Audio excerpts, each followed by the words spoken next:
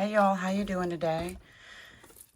So this is just going to be a really quick tutorial on how I make my paper ruffles because I want to put them on the front page of all my signatures right here. When I make a signature, I always use some sort of cardstock or heavier scrapbook paper for the outside. I don't really know why. I just always have done that. And then these are just regular pages. But I want to put paper ruffles right there. And I do have paper ruffles that are already made. However, they don't match. And so what I did was I just took a regular 12 by 12 piece of scrapbook paper. So this is just regular scrapbook paper weight. And I cut it into 1-inch strips. And so I'm going to do my best to show you how I do this because the camera is right in front of my way. But first of all, I always take the very top edge and I fold it under just a little bit. And I put it on a decorative stitch. So I have it on 20, which is it's kind of like a decorative zigzag. So in order for me to get it going, I always use a seam ripper, another good non-craft item for paper crafting. This is what I use to fold my paper up so I can keep it straight. So here we go.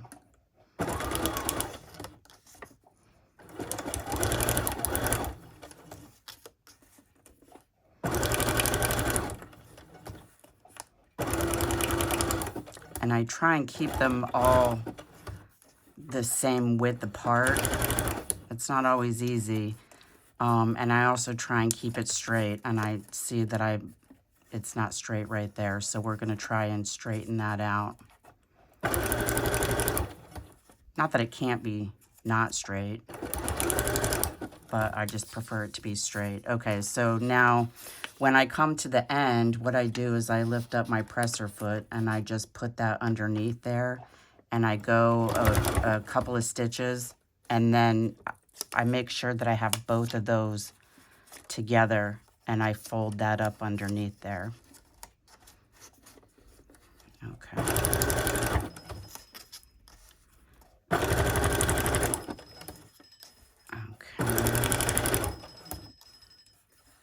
I have so much stuff on my desk, I don't even know what that tinkling is. Stuff, that's what it is, just stuff. So my husband is going to help me rearrange my craft room this weekend so I can get my new video recorder set up. Okay, when you're getting a new piece of paper on there, I always use this part to put it in that little spot right there. So I can keep the papers together. And then push it on, well, okay. So that's going to stick out, but that's okay.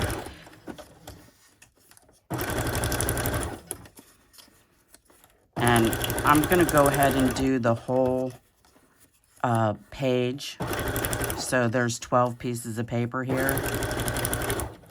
Just because I don't want to stop and do it later, and it's just easier to do them all at the same time.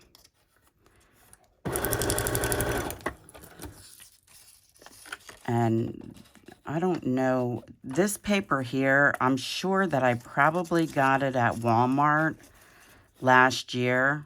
And so I don't know if they would still have this. And normally when I make paper ruffles, I use paper that I consider to be like my ugly paper, stuff I would never use. Because when you cut it up into 1-inch strips and make a paper ruffle out of it, you're not really going to see what it is that makes it, in my eyes, ugly paper to me. So, But this actually is a pretty cool piece when it's full. It's a brick wall and it's got words on it. But it's also, you see, that's like a bluish purple. And I'm trying to get the whiteness of the cover out. And so the way I do that is to put in creams or more neutral colors that have the same base color in it as the cover that I'm trying to make kind of blend a little bit better, if that makes any sense. And so the video that I did yesterday is still uploading. And what I had said in that last video was I forgot to put my binding in, because normally I put my binding in before I actually bind in my signatures, because I put it through the holes in the spine. And so if this video doesn't go too long, then I will show you how I do that.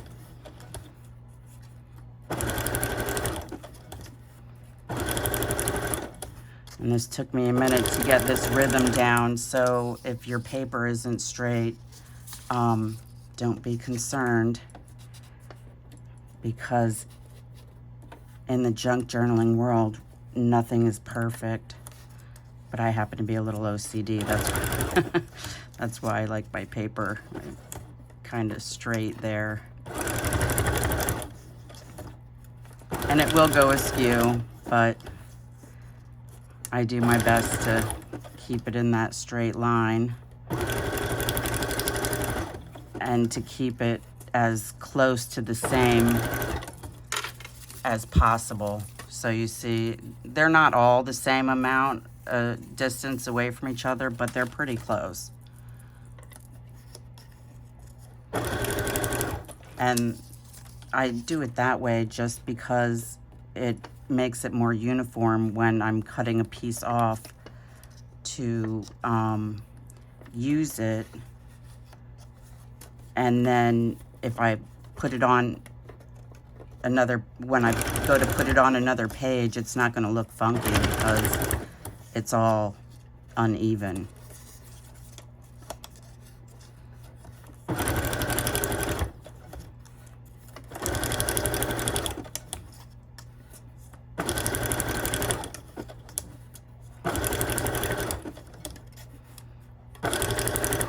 So does anybody have big plans for this weekend? It's supposed to rain all weekend here, so that means no yard work. And so I'm kind of going off from the straight in the middle here, so I'm just gonna take the back and pull it over just a little bit as I'm sewing. And then that way it'll go back on course down the middle. Actually, that's not straight, but we're gonna try and straighten that out.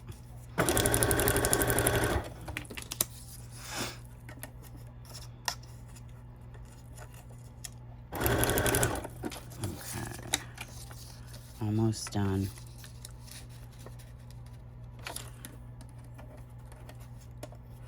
Okay, make sure you get that bottom piece of the other one that you're attaching it to, so it's kind of seamless.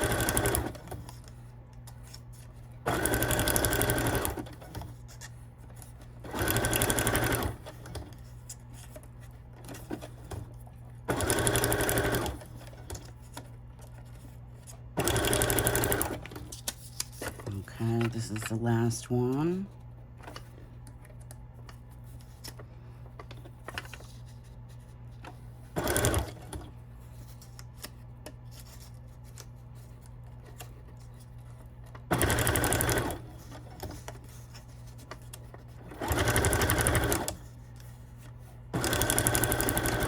I think my ruffles are getting bigger. That's okay.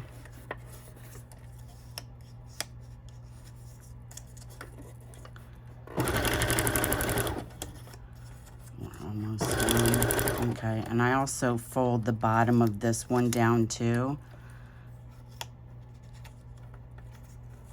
just because I don't want it sticking out as if it's an end, you know, so that way it looks like it's off of the bottom of another piece. Okay. So there's that, and let me just see if I can move you down. Okay. So I really need to clean my desk. Okay, so this is what I want to use as my closure, and I'm just gonna take a needle that I think will fit through one of those holes, but will also be big enough to put that ribbon through. And we're just gonna find a corner.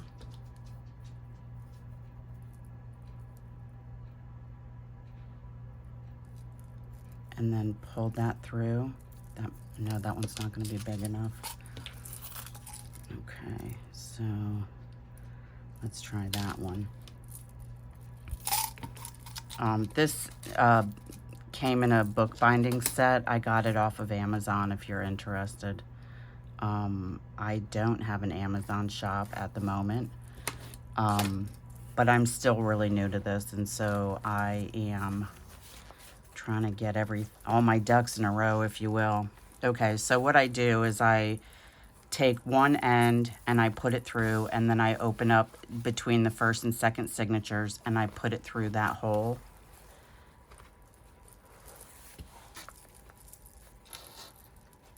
And if you can't get it through, just take some pliers. These are jewelry pliers.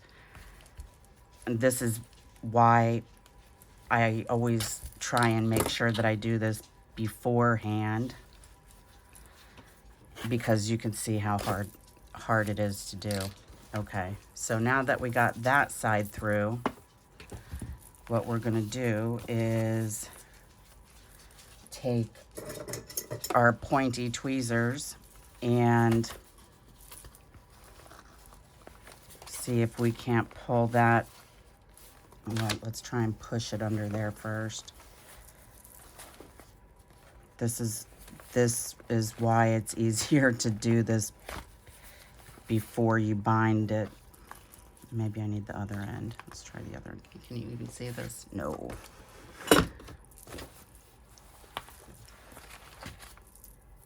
Okay. Okay, there we go.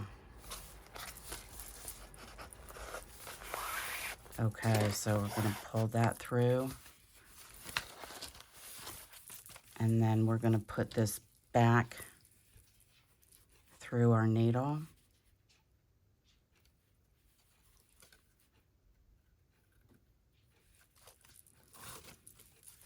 And we're gonna go ahead and put it in that hole.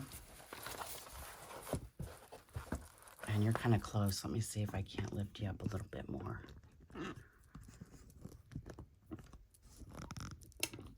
Okay, I hope that's a little better.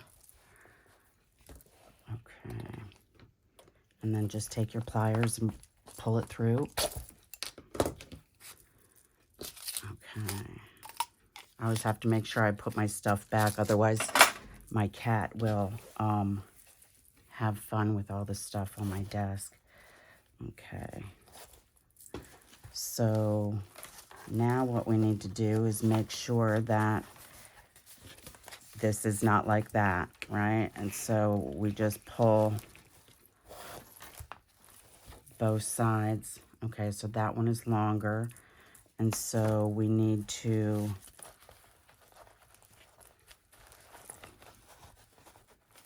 which one do we need to pull? Okay, now we need to pull the other one. Where's this? Okay, we need to pull this one so we can try and make those the same length. It'll have to be exact, but just closer than what they were. Okay, let me see.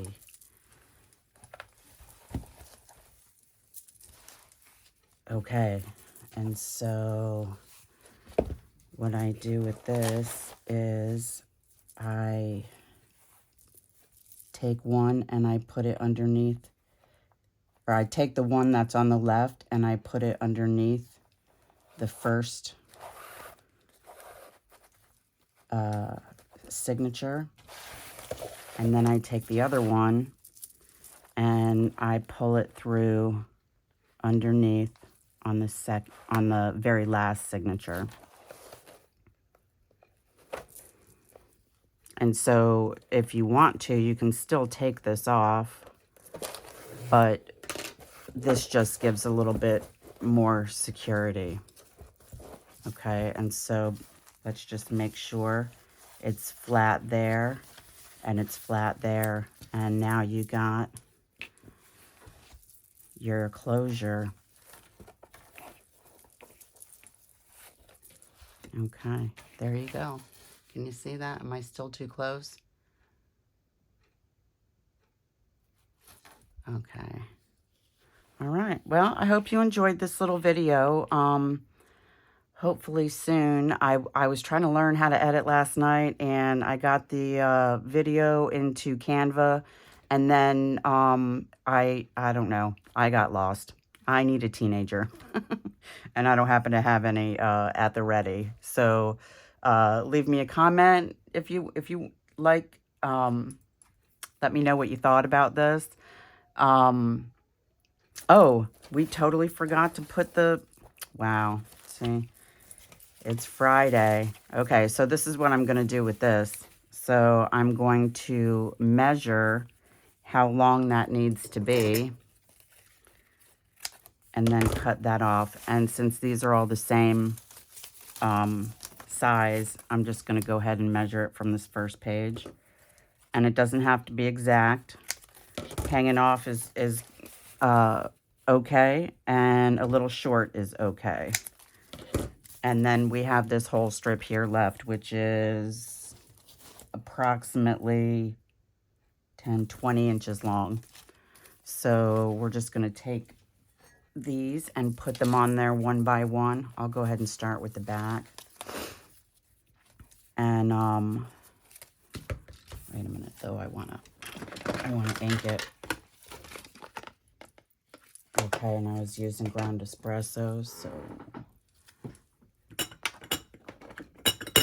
see, I don't normally have my this is exactly why I don't have my sewing machine on this desk at the moment, because right, so the sewing machine is right there, and right behind the sewing machine up against the wall are large containers that I keep all my beads and all my little doodads, like my machine needles and my book binding needles and little bindings and stuff. And that's my dog. So I am just going to put this one on, and you'll get the gist of it, because she obviously wants to go outside. And just make sure that when you're putting these down, you're putting them all down the same direction. And so I put that one with the flaps facing up, and so I need to make sure that I turn those around.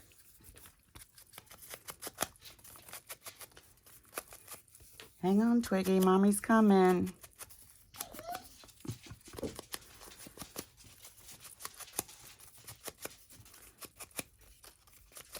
Okay, so you get the gist. Leave me a comment. Let me know what you thought. And please hit like, subscribe, and share. And I hope y'all have a good weekend. and happy crafting. I'll see you in my next video.